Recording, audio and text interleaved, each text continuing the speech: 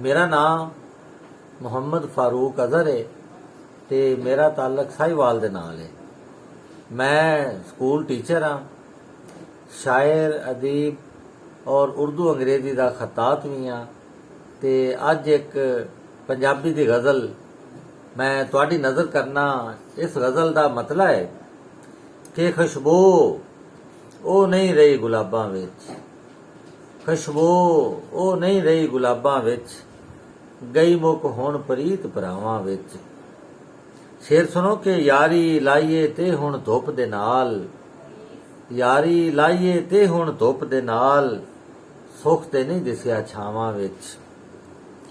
ऐस दा बदल ते मैनू लब्भा ही नहीं, ऐस दा बदल ते मैनू लब्भा ही नहीं, डिठा जो कुछ मैं मावां विच।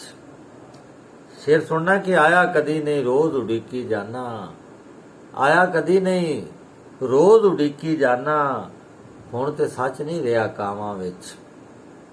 मकता है कि छड़ दे अज़र खैड़ा घड़े कच्चे दा, छड़ दे अज़र खैड़ा घड़े कच्चे दा, ठिलना ही ते आपे ठेल चनाबां विच।